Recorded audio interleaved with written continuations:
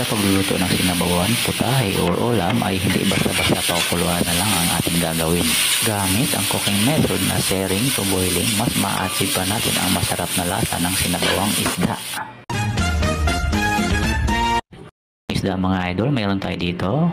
Maglalagay tayo ng kamatis, mas madami-dami, kaunting sibuyas, luya, at samahan natin ng gulay. Kailangan ng napakatinding init sana para mabilis mag-brown itong ating kamatis, sibuyas at kaunting luya. Pero dahil hindi na ako makapaghintay at hindi ko na-achieve ang gusto kong kulay, ay naglagay na ako ng patis at nilagay ko na rin ang tubig.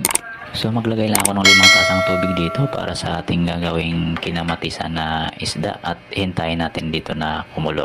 So ilalagay ko ng mga idol at nandito na tayo sa proseso ng pagpapakulo. So ito, lutuin lang natin isa sa kamatis mga idol at hintayin lang natin na maluto ang isda.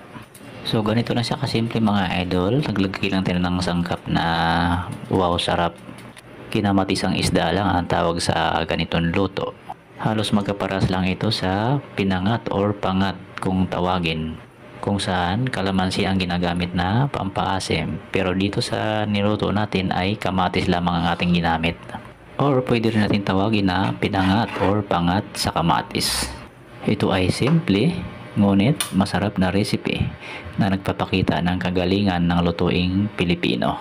Gamit ang madaling makuhang mga sangkap upang madaling lumikha ng isang nakakabusog na pagkain.